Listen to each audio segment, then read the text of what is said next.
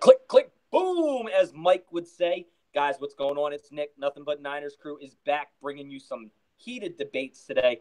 We are going to discuss none other than what is the most important secondary position in this 49er scheme. Today, we got Eric Crocker with us.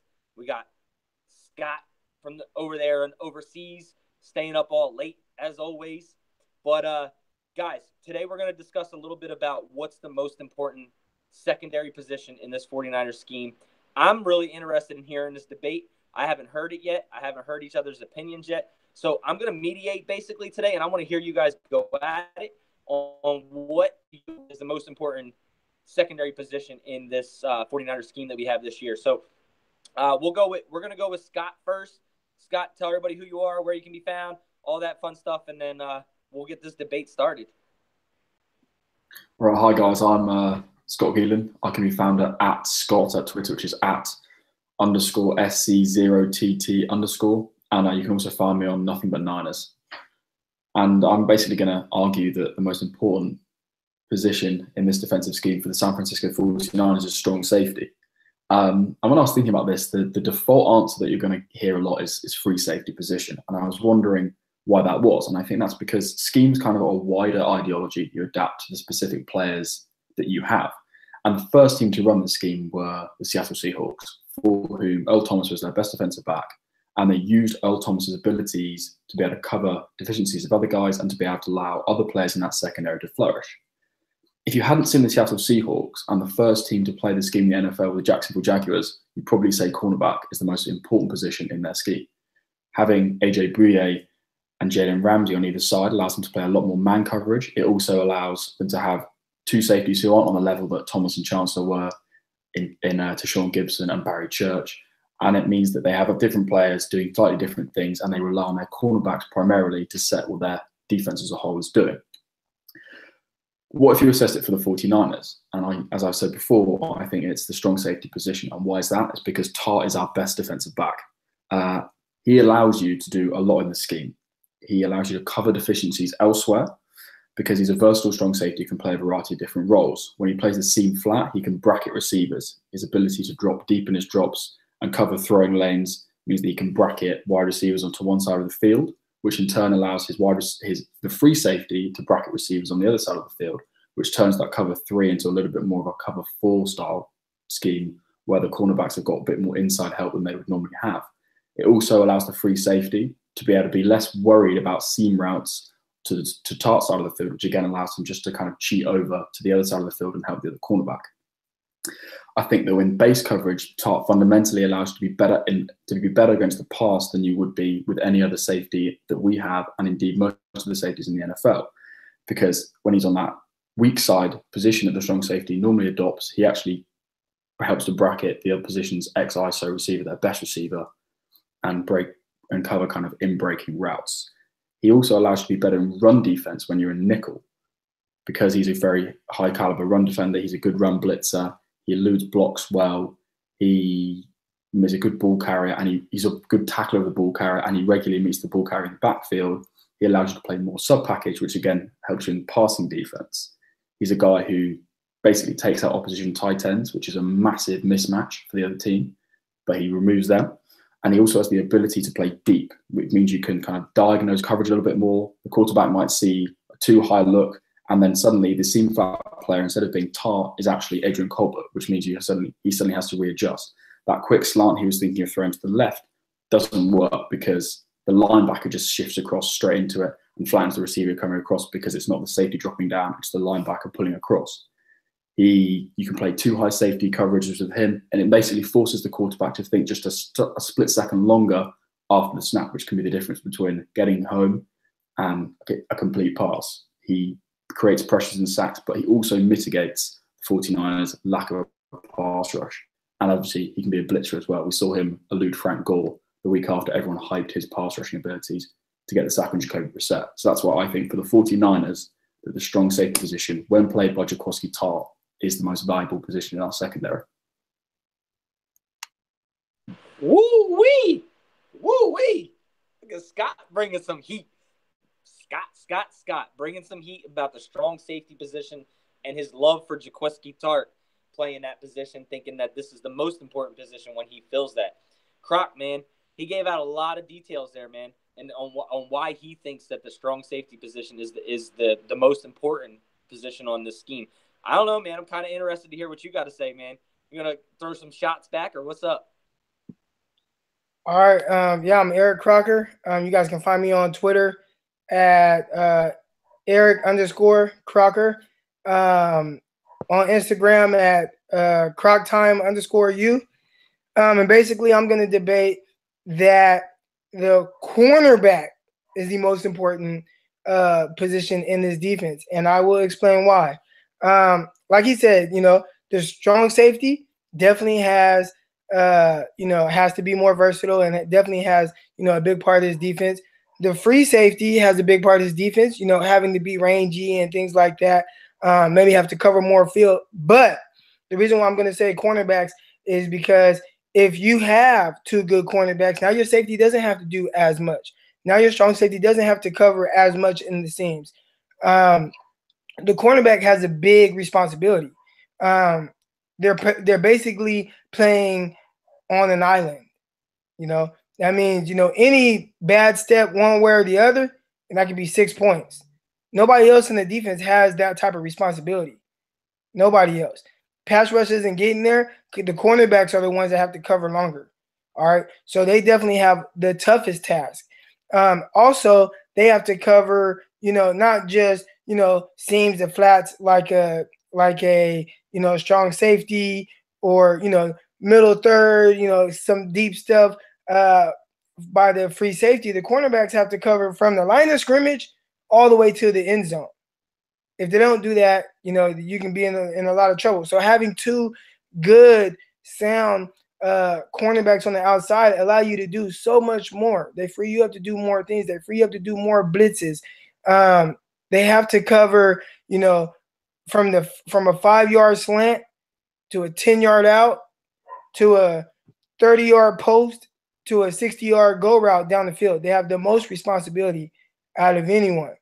And we saw last year, early downs, our team did very well. Our base defense, we were only allowing 3 yards per carry, one of the top in the league. But because we had, an inexperienced corner in Keller Witherspoon, who got better as the year went on, and on the other side we had Dante Johnson, who was not serviceable at all. On third downs, teams would just take shots. They'd either get flags, changing field position. They would get holding calls. We saw, Rashard Robinson was the, most penalized cornerback at the time when he was traded. We had a lot of difficulties being able to get quality play out of the cornerbacks. But where we always had quality play was strong safety, no matter who it was, whether it was Tart, whether it was Reed, we had pretty good, play there. At free safety, whether it was Tart, whether it was Colbert, whether it was Ward, we had pretty decent play. Now we found out who the better of those guys were, but they all played pretty decent. We couldn't find anybody to play corner outside of a Keller Witherspoon who played well.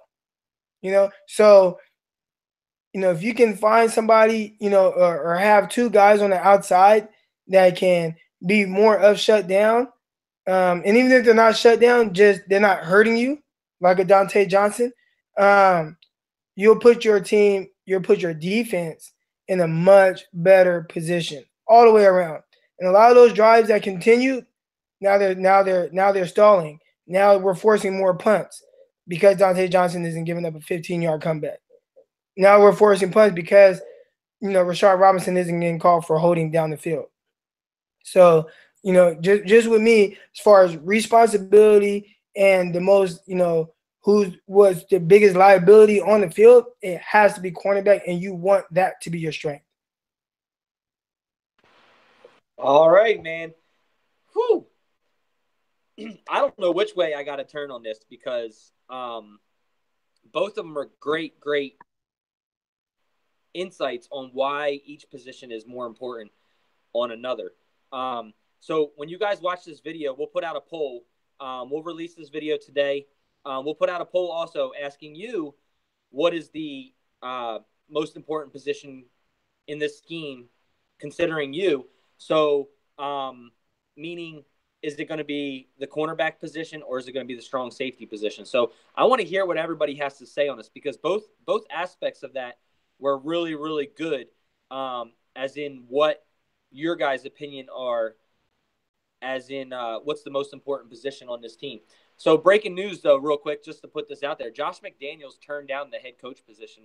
He has rescinded his position to be the head coach, and he is staying in New England. Wow. Hey, I just last night. I stayed up to like 11 o'clock watching that Bill versus Bill thing, or it was Bill, the Patriots head coach, and then Bill Parcells. So it's Belichick and Parcells, and there was a lot more going on than I remember. You know, obviously I was kind of younger, but there was a lot of, oh, I'm stepping down, so he's going to take over and things like that. This may be that type of situation where Belichick is like, you know what, man? After this year, I'm done. Or if it's not this year, maybe in 2 years, I'm done. You can take over then. So this might be that type of situation. Yeah, so Adam Schefter put out the tweet, in the past 48 hours, Patriots owner Robert Kraft began talking with Josh McDaniels and ultimately wound up sweetening his contract, helping to entice him to remain in New England, per sources. Bill Belichick has his offensive coordinator back. You think Big Bill's out of New England soon? I think he's gonna retire. Yeah, I think so too, man. I think. What else does he have to prove? I think there's a lot going behind scenes that we don't know with him and Brady and Kraft. I really do. Mike put out that, we had a podcast before. Mike put out his conspiracy theories on that whole situation as well. You can check that out on our YouTube page or our SoundCloud page. I'll definitely let you guys know where you can follow us as well. Scott, do you have any closing points on what we just talked about? I think that we could be looking at the end of Bill Belichick in New England. I think this might be a case if he's taking some days, and if he decides at the end of this week that he's done, then I think Josh McDaniels becomes the head coach there, which means that Brady stays, because I also can't see Brady wanting to relearn a new scheme. I think if Josh McDaniels left, I think Brady could have retired as well. I think that's another angle to this, because I don't think Brady would have wanted to have to learn a new scheme age 41, 42 going into next season, because that's the classic opens himself up to going out on a downward curve.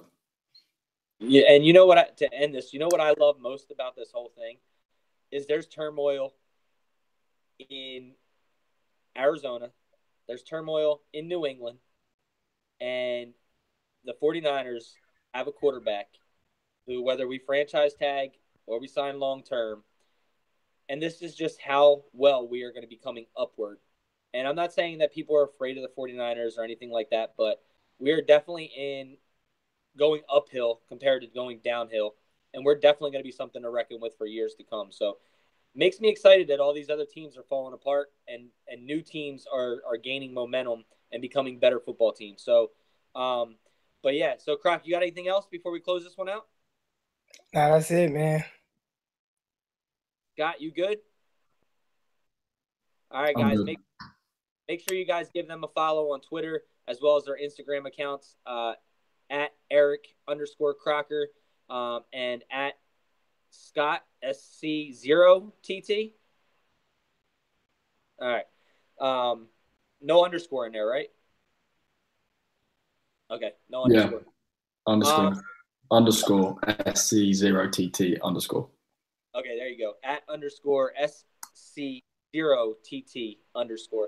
You can find me at 49ER Faithful 365 on Twitter, as well as our Instagram account, Nothing But Niners. You can follow us on Facebook, Nothing But Niners Facebook group, as well as nothingbutniners.com. Check out all the great articles all our great writers put out over there. The Instagram page, Nothing But Niners, as well as our SoundCloud, iTunes, TuneIn, Stitcher, iHeartRadio, Google Play, wherever you want to find us, whatever type of system you use to listen to a podcast, you can look us up there. It's Talk 49ers with, well, /NothingButNiners. You can also hashtag us at NB9ers, NB9ERS on Twitter. Guys, I'll put that poll out today.